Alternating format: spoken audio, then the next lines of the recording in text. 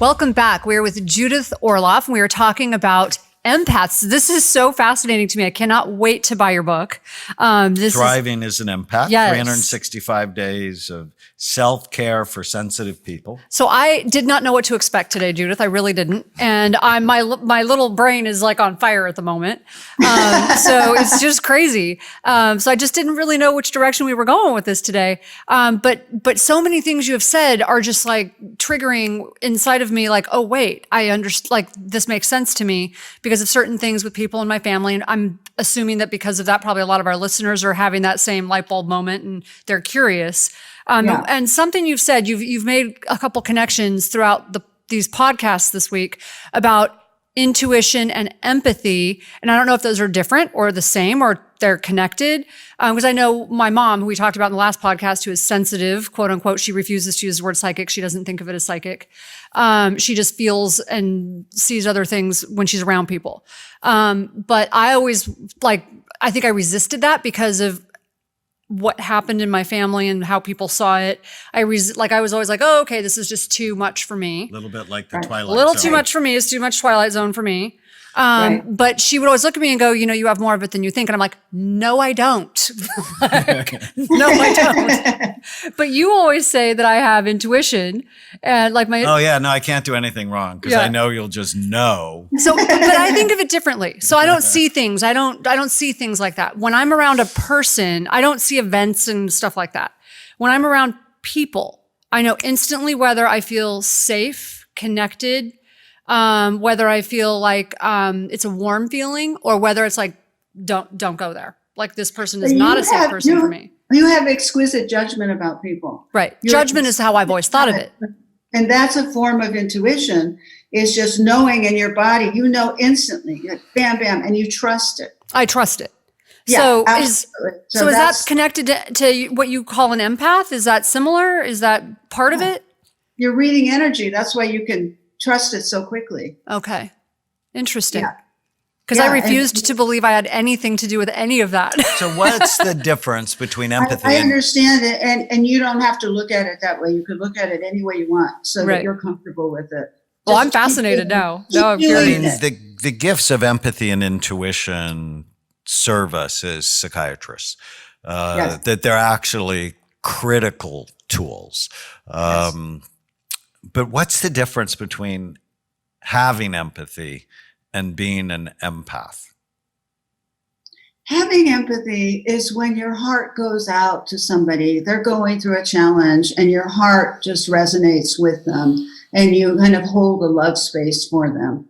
Or if somebody has a happy occasion, a baby's born or a marriage happens where your heart gets warm and happy for them. And you can literally feel it in your own body. This isn't an intellectual endeavor. Empathy comes from the heart. And so the heart is an energy and you feel it. So you can feel in your body that happiness. But an empath is a little bit higher on the empathic spectrum where I can feel what's going on in you. Let's say you're going through an emotional challenge, but I also can feel it in my body. So there's no filter or boundary. And that isn't what I want because then I start hurting. And so one of the key self-care techniques is setting clear boundaries for empaths and to notice the second someone else's energy comes into your body or you start picking up something from someone else so you could breathe it out, so you could practice meditation so that you can expel it. You don't want it. But because empaths tend to be over-helpers, and they always want to help, they always want to heal, and they feel that the way to heal is to suck somebody else's pain out of their body into your own body. You don't think about it that way, but it's an instinctive motion, energetic motion. And so that's something you have to be very discerning about and make it a choice rather than an instinct. So I imagine many empaths get compassion fatigue. So therapists do this, especially trauma therapists. And I've been a psychiatrist a long time, goodness, almost 40 years since I made that decision. And I tend not to get it because I'm sort of always excited about helping, fixing, getting people's brains better. And I don't think that means I have low empathy. No. But it doesn't sort of come in and wound me. Mm-mm. Right. Where Right. it sounds like an empath, if they're not careful, can get overwhelmed by it. Yes, and feel the pain. It's very painful because this world has so much suffering in it. You don't want to absorb everything. It's everywhere. Like I can't watch the Everybody- news. I cannot watch the news without getting just like wound up Right. tighter than, for him. Especially lately when it's just so filled with hostility and negativity. This fascinating new study on political extremes, people who are at the far right or the far left, they actually have rigid brains. And I've thought about that for a long time. Their frontal lobes work too hard. So if things don't go their way, they get upset. They tend to be argumentative and oppositional and Right. a little on the OCD spectrum. And it was just really interesting. No matter which extreme you're at, you probably have the same brain. They would just hate that. Interesting. Yeah, wild. very, very interesting. But empathy allows you to have empathy with extremes. It allows you to have empathy with people you don't like. It allows you to see beyond barriers. That's why I feel so strongly about it, because even if you don't like someone or agree with them, your heart can reach out to find out how they're perceiving it. So what happens if you block it?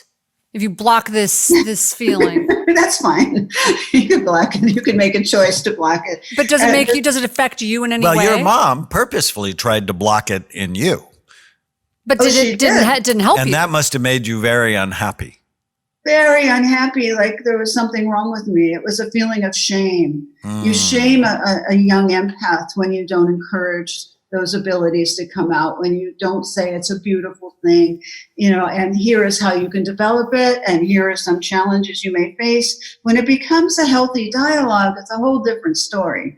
But when it becomes a source of shame and I need to hide it, and I need to be this other person. My mother always wanted me to go down the mainstream and belong to country clubs and marry a Jewish doctor and, all that, which would have been fine, except it wasn't my path.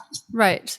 And but can it make you physically sick? Can you take on physical ailments from blocking energy? From blocking? You can. You can at times. One self-care technique I talk about in the book is building a shield or a bubble around you to block. And many therapists use this with difficult patients. If they're with a borderline and the borderline anger is just searing, they use this positive visualization technique to purposely block that, but keep the positive going.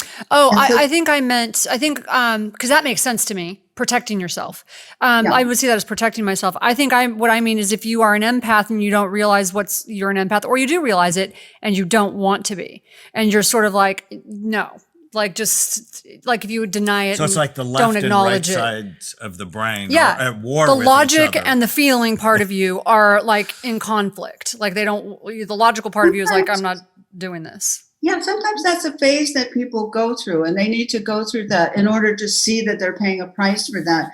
Because when an empath tries to shut off his or her basic nature, that creates a tension in the body. Mm-hmm. And so it's just learning to embrace who you are in a very positive way.